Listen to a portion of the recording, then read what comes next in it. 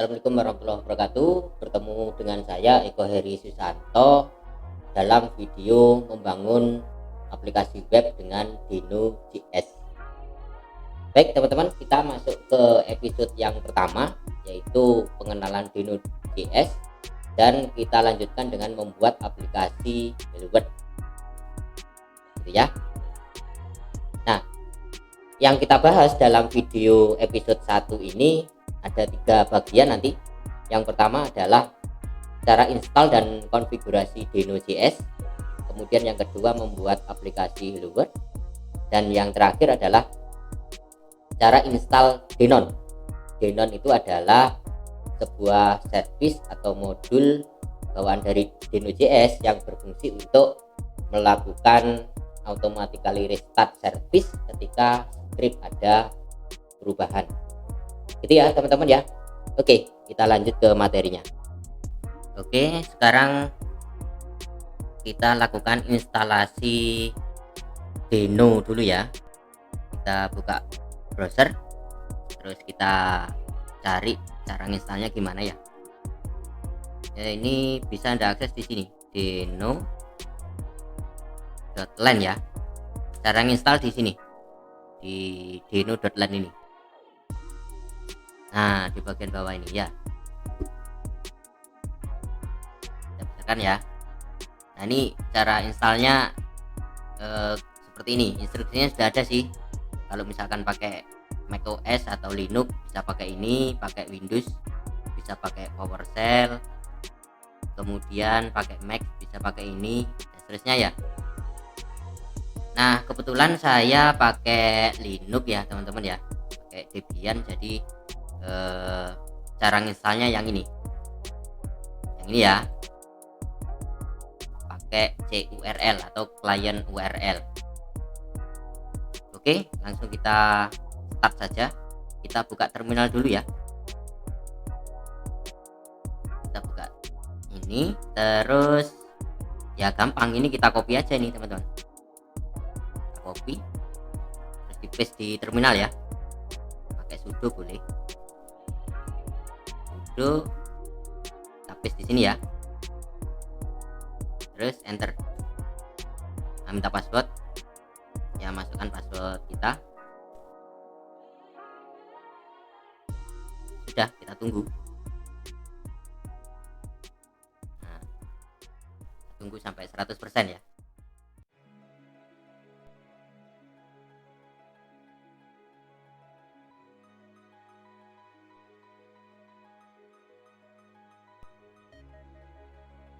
Oke, ini sudah selesai. Cuman di sini ada keterangan ya, kita disuruh untuk mengupdate ini bus kita gitu ya, bus RC, bus profile kita. Atau kalau di Debian biasanya pakai bus RC ya. Kenapa kok kita perlu ngupdate di bus RC? Biar komen Deno ini atau perintah Deno ini bisa kita eksekusi lewat terminal. Kalau bus RC-nya atau bus profile belum kita update, nanti Deno belum bisa kita jalankan ya. Contoh begini, saya mau ngetes versinya Deno ini. Ketikkan Deno ini kan, main version kan gitu kan. Coba kita tes. Nah, ternyata outputnya adalah command not found ya, berarti Deno itu belum kita kenali, padahal sudah kita install. Nah, caranya kita update dulu di bus RC nya. Bisa pakai editor sembarang ya. Saya pakai KT seperti gini, KT tanda ini apa ini, seperti cacing itu ya, terus slash titik bus RC. Nah, kita setting yang ini dulu, setting ya. Terus bisa kita tarik di bagian terakhir paling bawah sendiri. Nah, sini ya, bisa kita tambahkan perintah gini, ekspor path sama dengan titik ya, terus pathnya kita arahkan ke home. Jadi path titik 2 $home gini ya, terus folder dinonya di mana, dino bin gini ya, terus titik 2 path. Nah, sudah kita tambahkan gini aja. Jadi intinya pathnya dino tadi yang tadi misalnya kan di home, terus .deno/bin itu ya, itu kita arahkan ke path sembarang gitu ya, path yang kita akses dari mana. Jadi nanti deno bisa kita akses dari mana-mana gitu kan. Intinya gitu aja sih. Ini bisa kita simpan dulu, Ctrl S ya, kita tutup. Nah ini biar bisa jalan denonya dari barang path ya, ini terminalnya perlu kita restart dulu teman-teman ya. Jadi kita keluar dulu dari terminal ya, gini aja sih, sip ya. Nah terus terminalnya kita buka lagi,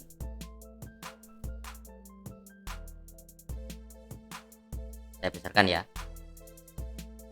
Nah terus coba kita tes denonya jalan apa enggak. Kita cek versinya dulu ya. Berarti perintahnya gini, deno main v. Nah ini sudah jalan, denonya sudah bisa kita kenali dari path manapun gitu ya. Terus kalau pengen informasi yang lebih lengkap lagi dari versinya deno ini, kita bisa pakai perintah ini, deno main version. Enter. Nah ini lengkap ya dibandingkan yang main v tadi. Di sini bisa kita lihat deno versi 1.1.3. Kemudian untuk engine-nya itu pakai V8 ya, versi 8.5 dan seterusnya itu ya. TypeScript-nya versi 3.9.2. Gitu teman-teman. Oke, habis kita install deno ini, nanti kita lanjut untuk mencoba membuat aplikasi Hello World gitu ya. Untuk mengawali membuat aplikasi, hal yang pertama kita siapkan adalah membuat foldernya dulu. Jadi seluruh program deno kita nanti kita tempatkan khusus di folder tertentu gitu ya. Sebenarnya mau disimpan dimanapun bisa, di sembarang folder ya. Kalau saya biasanya seluruh program itu saya taruh di folder home ini gitu. Nah untuk membuat foldernya ya kita bisa pakai terminal ya. Caranya begini, saya login dulu ke super user ya, itu ini, terus minta password. Nah terus dari sini kita masuk ke folder home ya, bukan di echo ya, berarti ini saya keluar dulu dari folder echo ini. Nah terus saya bikin folder baru, perintahnya apa, mkdir ya, mkdir katakanlah project deno misalkan gini ya. Udah enter aja. Nah di sini bisa Anda lihat muncul folder baru project deno gitu. Nah terus di folder ini hak aksesnya masih terbatas ya, jadi nanti untuk keperluan coding ke depan kalau kita mau nyimpan file segala macam ini belum bisa karena belum diizinkan gitu. Nah ini perlu kita setting foldernya biar full akses gitu, bisa untuk menulis, membaca dan sebagainya. Kita pakai perintah chmod ya, chmod full access 777 ini main R, terus nama folder kita apa, project Dino. Sudah, enter. Nah ini kita sudah full akses, mau ditulis juga bisa, mau dibaca juga bisa gitu. Oke, kita mulai coding, berarti bisa kita siapkan editor kita. Kebetulan saya di sini pakai Visual Studio Code ya, makanya di sini untuk manggilnya saya pakai perintah ini put ini aja. Oh ini nggak mau, harus keluar dulu dari super user ya, berarti saya exit dulu. Nah seperti ini, baru saya panggil ulang yang put tadi. Nah udah masuk ke Visual Studio Code ya. Terus kita siapkan filenya dulu, berarti kita open folder yang barusan kita bikin ini ya, tadi di folder ini kan ya, project Dino. Oke, nah kita sudah masuk ke folder project Dino. Terus kita tambahkan sebuah file di sini, katakanlah saya kasih nama app.ts, karena saya pakai TypeScript ya, makanya belakangnya .ts. Oke, enter. Nah kita sudah punya file app.ts. Langkah yang pertama saya tulis di sini ya, kita perlu melakukan import ya, import modul. Biasanya yang diimpor pertama kali itu adalah modul application ya, saya tulis. Jadi kita melakukan import modul application dari website atau URL yang disediakan oleh Dino. URL-nya di mana? Di sini teman-teman, https dino.land kemudian x. Kemudian khusus untuk modul application ini dan beberapa modul lainnya itu disimpan di sini, di OWAC ini ya, namanya OWAC. Jadi Dino itu menyediakan middleware, dan middleware-nya itu disimpan di folder OWAC ini ya. Kemudian ini ditutup atau dilanjutkan dengan mode.ts gitu.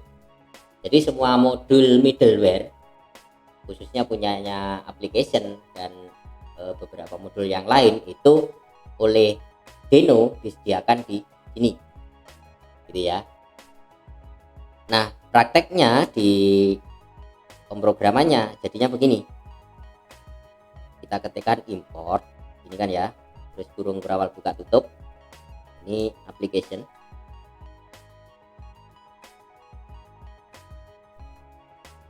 ini kemudian from petik ini, petik buka tutup ya, petik 1 boleh, petik 2 boleh. Nah isinya from ini kita ambil dari sini tadi. Nah gitu teman-teman, application, oh salah ketik, nah ini kasih spasi juga boleh ya. Nah inilah bedanya Dino.js dengan yang sebelumnya Node.js. Kalau Node.js kita kan mau membuat aplikasi itu kan disuruh untuk mendownload dulu ya. Jadi modul-modulnya itu di-download dulu pakai Node Package Manager atau npm. Jadi modulnya kita download pakai npm, baru kita definisikan impor ini gitu. Itu kalau di Node.js. Nah kalau di Dino tidak, di Dino ini sudah tidak pakai npm lagi. Nah sebagai gantinya download modul itu bisa langsung mengarah ke URL ini, dan semuanya URL-nya itu ditaruh di dino.land gitu ya. Nah kebetulan untuk application itu di modul OWAC ini gitu ya, gitu teman-teman. Nah, ini langkah pertama sudah selesai. Kemudian langkah yang kedua, kita perlu sebuah variabel gitu ya, atau konstanta yang nanti digunakan untuk new instant dari modul application ini. Berarti ini yang kedua, ini new instant app application ya, ke variabel kita.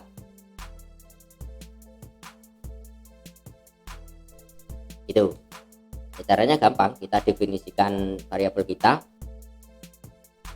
bisa pakai konstanta gini ya. Kemudian nama variabelnya apa, katakanlah app gitu ya. Terus new instant gini ya, application yang ini. Ini langkah yang kedua.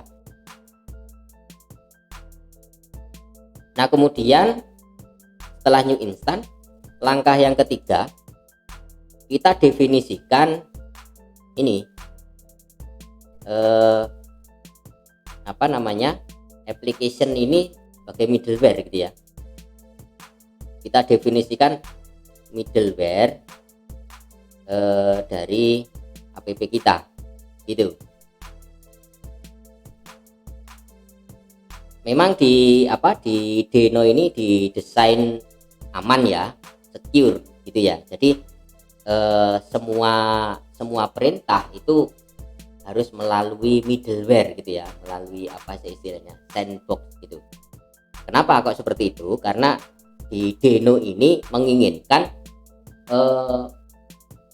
instruksi tertentu itu tidak langsung ke resource server gitu ya, tidak harus ke resource server. Jadi harus melalui middleware dulu biar terjamin keamanannya, baru ketika lolos dari middleware baru boleh ke resource server yang sebenarnya gitu. Itu desainnya di Deno seperti itu ya. Nah, kemudian untuk mendefinisikan middleware-nya itu gini aja sebenarnya, gampang. Tinggal app kita gunakan use gitu. Jadi mayoritas di middleware itu ada dua perintah nanti yang digunakan. Yang pertama adalah use yang kita gunakan saat ini, dan yang kedua nanti pakai next gitu. Tapi kita belum ke next dulu ya, kita fokus di use. Nah, setelah itu baru di dalam use ini konteksnya kita definisikan. Ini aja sih, dibuat kurung dulu, kurung buka tutup ini ya, terus kasih titik koma. Nah, di dalamnya kurung ini baru kita definisikan variabel konteksnya.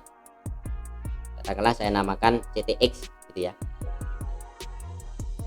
Nah, baru ctx ini mengeksekusi perintah untuk mengirimkan data ke browser gitu.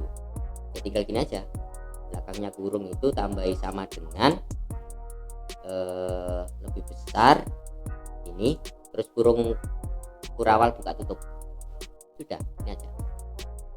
Nah, di dalamnya kurung kurawal buka tutup itu baru kita kasih instruksi konteksnya ini mengirim, berarti respon ya, mengirim atau merespon apa yang direspon, body itu, biar nanti muncul di browser kan ya. Berarti kan bodinya yang harus ditulis, harus dikirim gitu.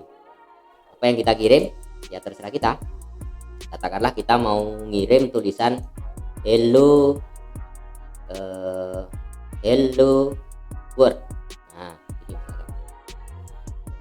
lupa titik koma ya gitu. Ini langkah yang ketiga sudah. Nah, langkah yang keempat, kita jalankan service servernya gitu ya. Jadi servernya ini kita jalankan. Caranya gini aja.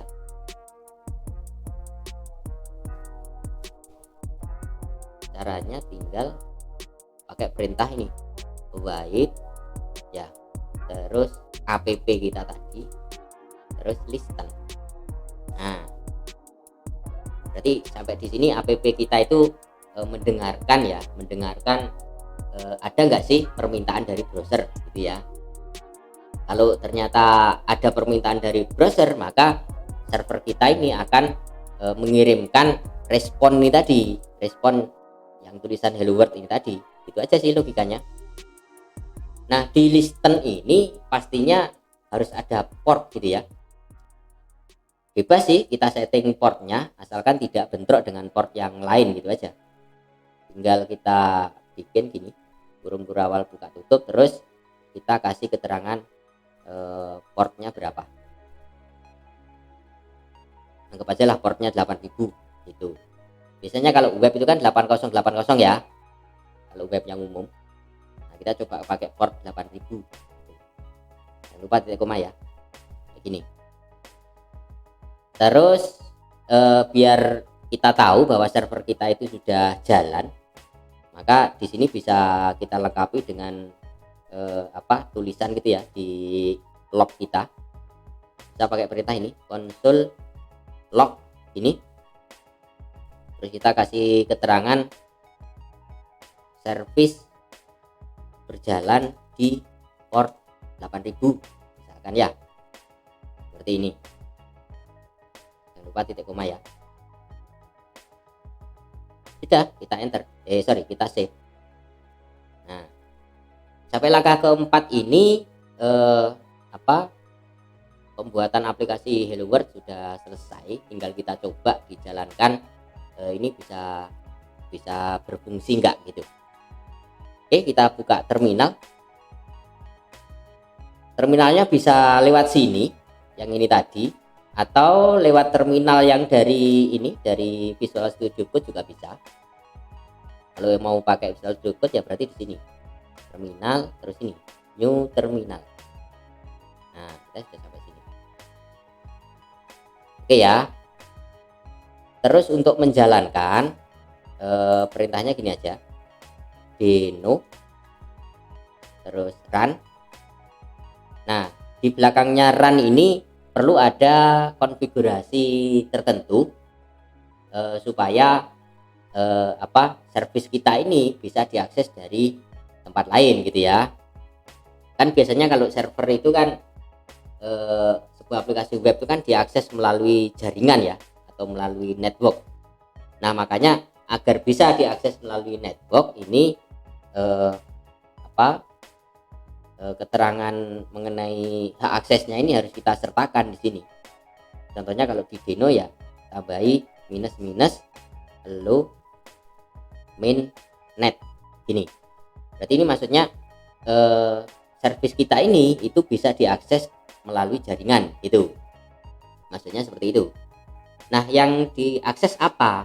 Yang diakses adalah aplikasi kita ya, app.ts tadi gitu. Itu aja sih, tinggal di enter gitu ya. Nah, ini sudah muncul service berjalan di port 8000 gitu ya. Berarti yang console log ini sudah jalan gitu. Berarti service kita itu sudah siap dipanggil dari browser. Jadi ya teman-teman ya, coba kita tes di browser.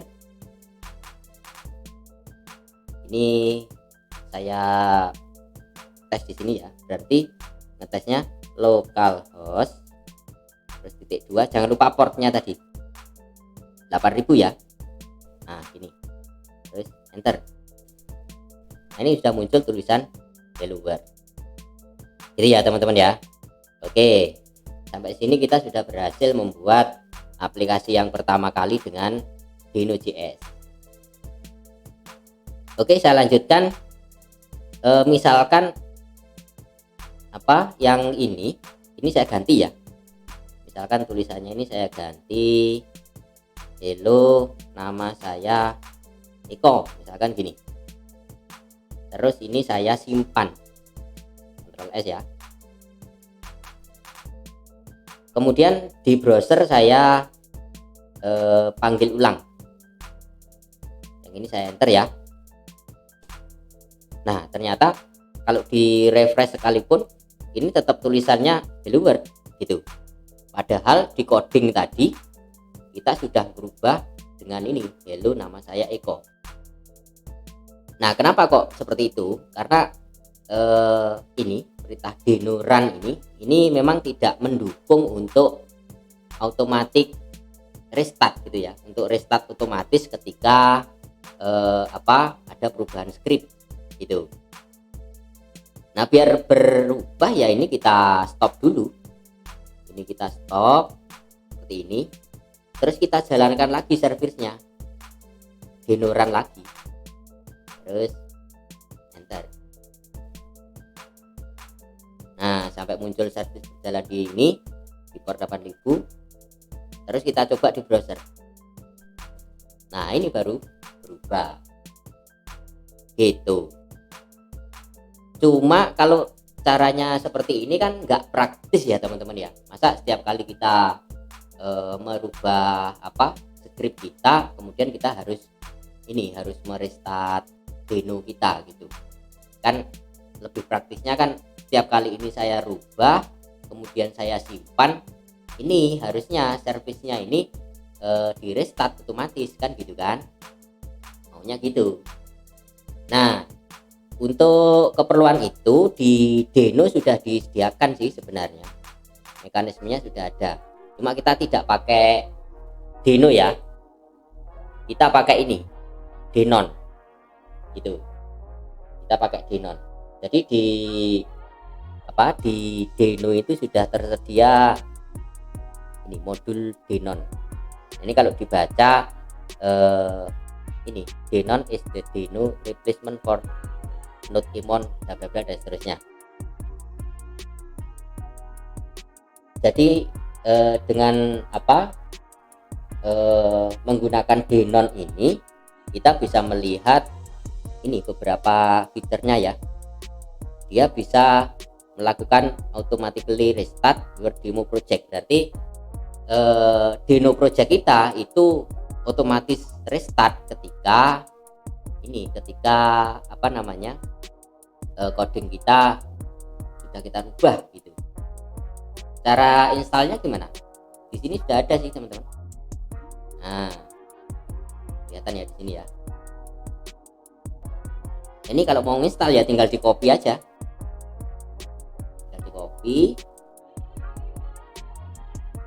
Copy ya, terus kita paste di terminal kita. Ini kita stop dulu ya, Ctrl C, terus tadi hasil kopian tadi kita paste di sini. Nah, itu aja sih, terus enter, biarkan download ini, tunggu ya. Nah, sudah selesai, ini statusnya sudah successfully installed denon di sini gitu ya, di home Eko dan seterusnya ya. Nah, selanjutnya untuk menjalankan deno ini kita bisa pakai denon tadi, tidak pakai deno ya. Caranya gini aja, denon, bukan deno lagi ya, denon terus run ya, sama sih seperti yang deno tadi, tinggal minus hello net, kemudian file kita app.ts, itu aja kan, enter. Nah, ini sudah berjalan gitu. Kalau kita refresh yang tadi ya, saya refresh, nah ini muncul yang awal tadi, hello nama saya Eko gitu. Coba saya rubah, misalkan saya rubah, hello nama saya Eko Heri Susanto ya, terus saya simpan, Ctrl S. Nah, ini kan dia otomatis restart gitu. Ini ada keterangan watching pad bla bla ini, terus restarting to change gitu ya, terus ini starting deno run dan seterusnya sampai muncul tulisan service berjalan di port sekian gitu kan. Coba kita tes di browser, tadi tanpa saya hentikan ya, langsung saya rubah codingnya terus simpan gitu aja kan. Coba di sini enter. Nah, ini sudah berubah. Hello, nama saya Eko Heri Susanto. Gitu ya teman-teman ya. Oke, berarti sampai di sini kita sudah bisa membuat aplikasi Deno.js yang pertama kali, Hello World ini ya. Sampai kita menginstal Denon tadi, supaya ketika ada perubahan script atau program, ini service kita otomatis restart gitu. Jadi kita nggak perlu restart manual gitu ya teman-teman ya. Oke, berarti serangkaian video yang bagian 1 ini sudah selesai. Kita sudah bisa install Deno.js dan kita sudah bisa bikin aplikasi pertama kali gitu ya.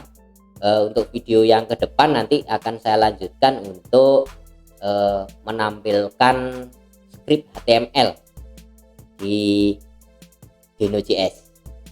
Jadi ya teman-teman ya, terima kasih atas perhatiannya. Saya akhiri, wassalamualaikum warahmatullahi wabarakatuh.